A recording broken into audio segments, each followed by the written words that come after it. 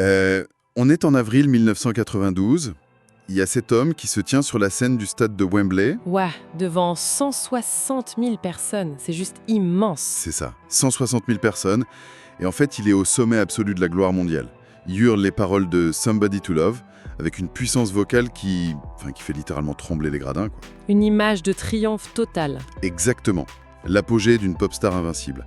Mais, et c'est là que ça devient glaçant, ce que cette foule immense ignore complètement, c'est que pendant qu'il chante cette hymne à l'amour devant la planète entière, son propre partenaire se trouve là, Dans le public. voilà, dans le public, en train de mourir silencieusement de la maladie. La même maladie qui vient d'emporter Freddie Mercury. C'est le contraste le plus brutal qu'on puisse imaginer.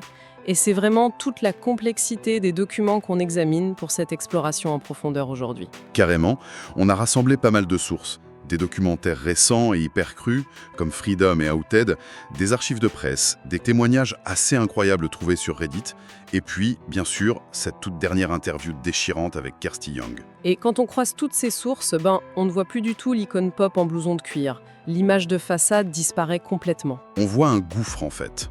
Et c'est vraiment l'objectif de notre analyse d'aujourd'hui. On veut comprendre les mécanismes de cette fracture vertigineuse entre l'image publique de George Michael et la réalité hyper intime de Georgios Kallieriakos Panayotou. C'est ça. Parce qu'on a souvent tendance à penser que la célébrité, c'est une ligne droite, quoi. Juste une accumulation de succès. Oui, une belle ascension. Voilà. Mais la documentation nous montre ici quelqu'un qui a, disons-le clairement, dû compartimenter sa psyché pour survivre.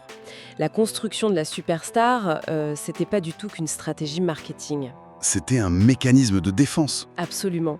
Les biographies décrivent un processus très clair où la célébrité a été utilisée comme un pare-feu. Et pour comprendre pourquoi ce pare-feu était si indispensable, il faut regarder le code source, si on peut dire, de sa vie, c'est-à-dire sa relation avec son père. Jack Panoto, de son vrai nom Kyriakos Panayotou, un immigré chypriote grec, et pour lui, le concept même de devenir un artiste, c'était non seulement frivole, mais presque offensant. Ouais, les sources insistent beaucoup sur cette mentalité. C'est très spécifique à l'immigré de première génération qui a fui la pauvreté. La valeur d'un homme se mesure à la dureté de son labeur, quoi. Exactement. La musique s'était vue comme une fantaisie d'enfant gâté. Mais le rejet paternel allait même au-delà de la simple désapprobation professionnelle. Ah oui, c'était violent. Très. Son père lui disait frontalement qu'il ne savait pas chanter.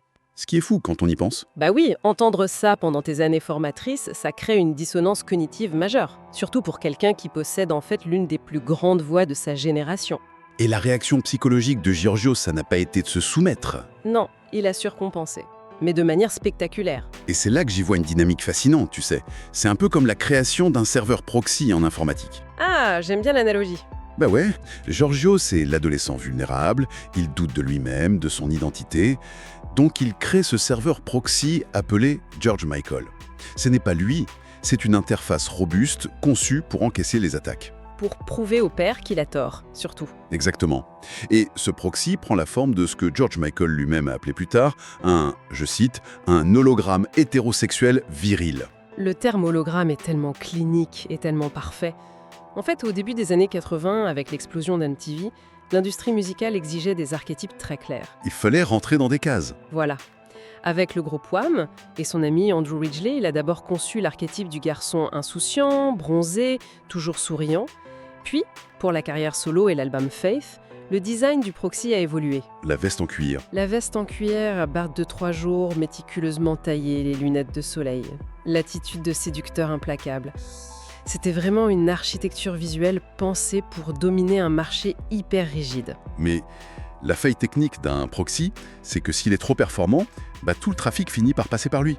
Et le serveur d'origine devient invisible, intouchable, ouais, mais complètement isolé. Totalement isolé.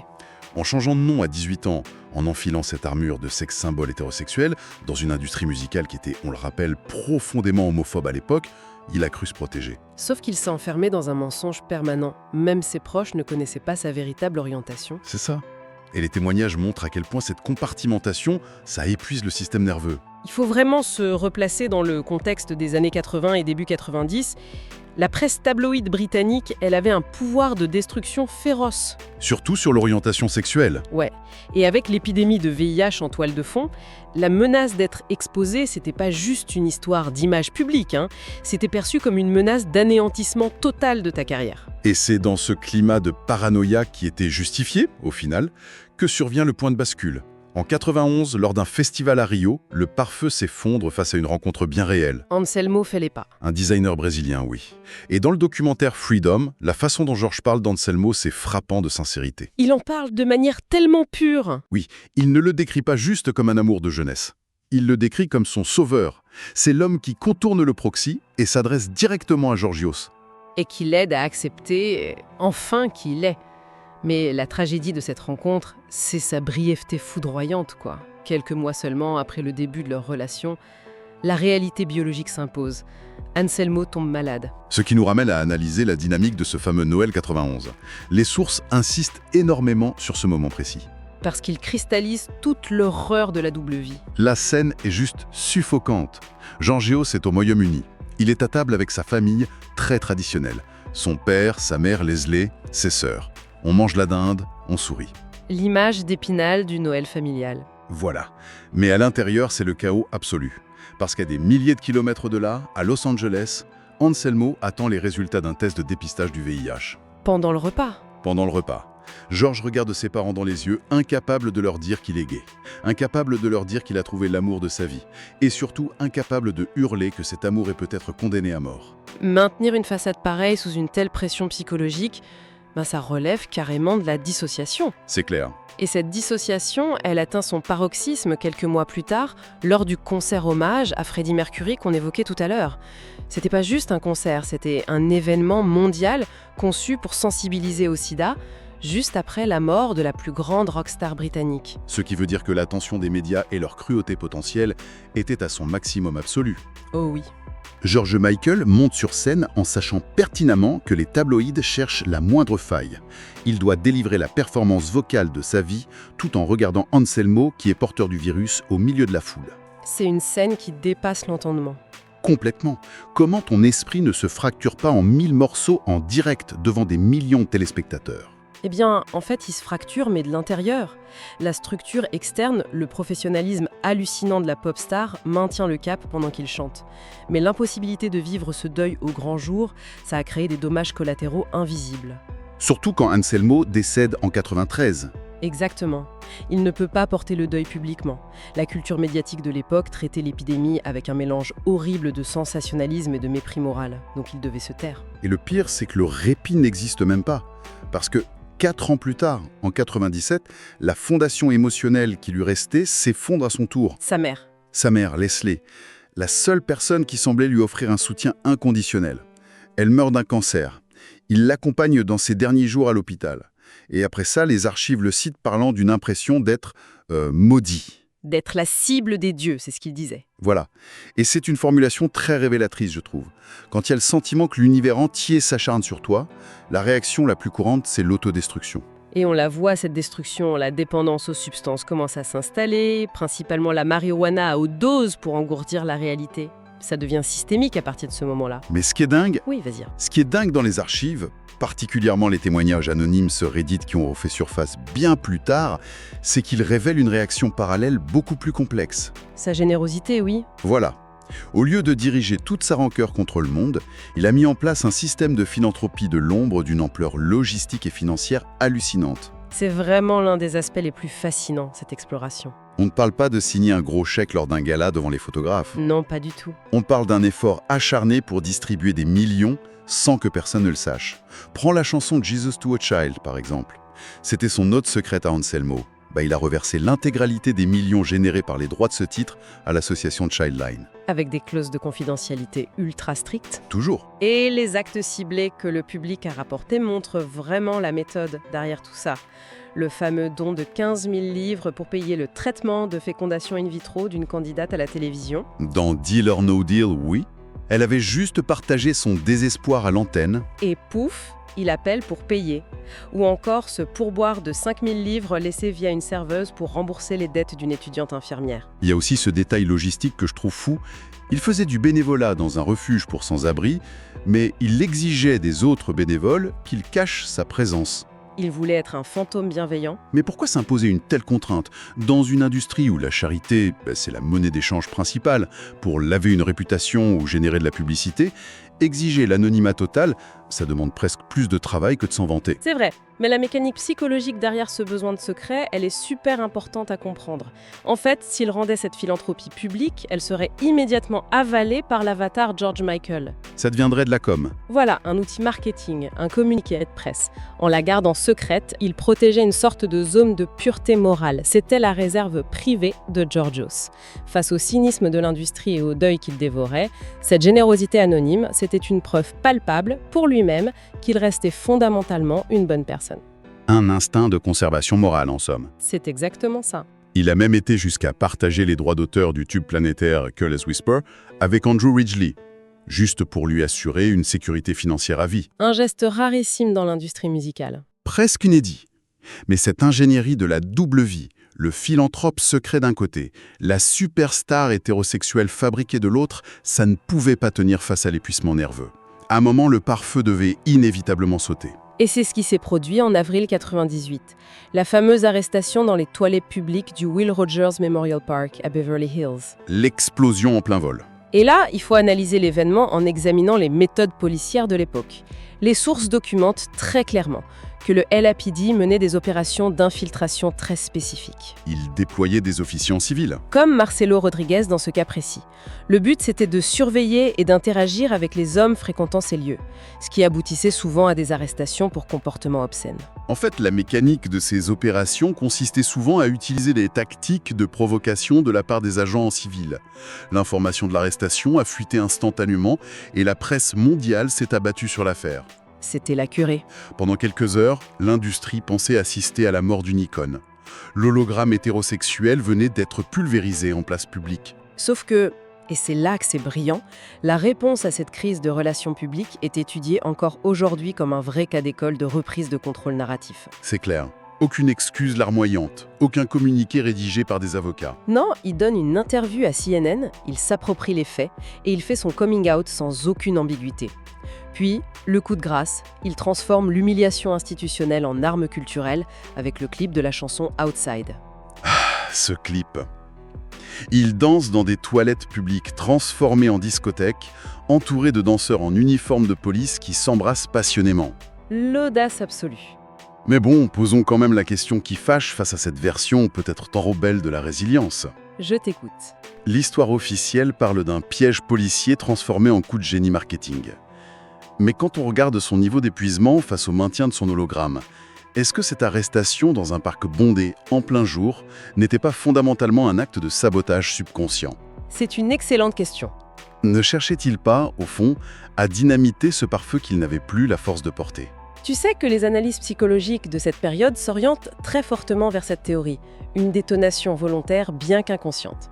La charge cognitive était trop lourde. Mais oui, mentir constamment à son public, à ses collègues et surtout à sa famille, c'était devenu intolérable. L'arrestation a agi comme une immense soupape de sécurité. Ça a forcé la vérité à sortir, parce qu'il n'avait tout simplement plus l'énergie de la formuler lui-même dans des conditions normales. C'était une victoire indéniable pour la représentation de la communauté gay de l'époque. Voir une mégastar refuser la honte de cette manière, c'était puissant. Historique même. Mais si cette explosion a libéré l'espace public, nos sources montrent qu'elle n'a pas du tout réparé l'homme à l'intérieur. Et c'est là que notre examen glisse vers la période la plus sombre. La libération n'a pas apporté la paix. Non. Elle a ouvert la voie à une fuite en avant terrifiante. Une fois l'avatar public détruit, il n'y avait plus rien pour amortir le choc des deuils non résolus. Plus de boucliers. Voilà. Et l'architecture de ces dernières années se concentre autour de sa maison de Goring-on-Thames. C'est une retraite totale, loin, très loin du monde qu'il avait dominé. Et les descriptions de ce quotidien à Goring, trouvées dans les articles et les documentaires, sont d'une mélancolie profonde. Triste à mourir, oui. L'homme qui remplissait les stades se retrouve cloîtré, il porte des pyjamas Gap, il mange de la glace Ben & Jerry's et il regarde en boucle le feuilleton britannique Coronation Street jusqu'au bout de la nuit. Il y a un mécanisme psychologique de régression très évident ici. C'est-à-dire ? C'est comme s'il essayait désespérément de recréer un environnement ordinaire, sûr, banal, une vie britannique très classique. En fait, la vie que Georgios aurait pu avoir s'il n'avait jamais construit George Michael. C'est glaçant dit comme ça. Mais cette régression, elle ne s'est pas faite à l'eau claire. Elle s'accompagnait d'une grave anesthésie chimique. Oui, les sources listent l'utilisation quotidienne de marijuana, de crack et des quantités qui sont décrites comme, je cite, industrielles de GHB. Industrielle. Oui, la fonction de ces substances n'était plus du tout récréative, c'était un effacement ciblé. Il fallait engourdir les traumatismes liés à Anselmo et Leslie. Et il y avait aussi la question de son corps, non? Absolument. Il devait dissimuler une immense honte corporelle. Les témoignages évoquent sa grande difficulté à supporter son propre reflet suite à sa prise de poids, ce qui, fatalement, alimentait encore plus son isolement. Et quand le serveur principal commence à cracher, les erreurs système se multiplient dans la vie réelle. Les accidents. Oui, la décennie 2010 est marquée par une série d'accidents terrifiants qui illustrent un homme en chute libre. Il y a eu la vitrine. L'incident absurde de 2010 où il encastre sa voiture dans la vitrine d'un magasin Snappy Snaps à Londres. Ensuite, en 2011, son corps lâche à Vienne. Il plonge dans le coma à cause d'une pneumonie foudroyante. Il est passé un cheveu de la mort. Et l'incident le plus incompréhensible de tous, cette chute en 2013. Il tombe depuis une voiture qui roule à grande vitesse sur l'autoroute M1. Chaque incident était une alarme hurlante, Un appel à l'aide. clairement. Les documents révèlent d'ailleurs des tentatives de réparation de la dernière chance, notamment ce fameux séjour dans la clinique Kusnacht Practice en Suisse, un établissement ultra exclusif qui facturait ses services près de 190 000 livres sterling par mois. 190 000 par mois, c'est vertigineux.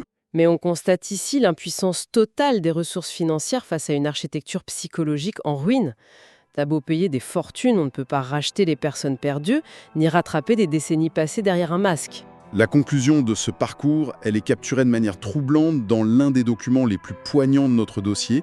C'est l'interview Redline réalisée par Kirsty Young en 2016. Oh, cette interview. En l'écoutant, on entend une voix méconnaissable, fatiguée, totalement dépouillée de tout artifice. Et il prononce cette phrase glaciale, décrivant sa propre existence comme une perte de temps et d'effort. Ça brise le cœur. La seule chose qu'il demande, en fin de compte, c'est qu'on se souvienne de son intégrité. Et le calendrier s'est refermé sur lui avec une ironie d'une cruauté presque mathématique. Ouais, le jour de sa mort. Il a été découvert sans vie par son partenaire de l'époque le jour de Noël 2016. Exactement 25 ans, jour pour jour, après ce repas de Noël terrifiant de 91 où il attendait les résultats du test de dépistage d'Anselmo.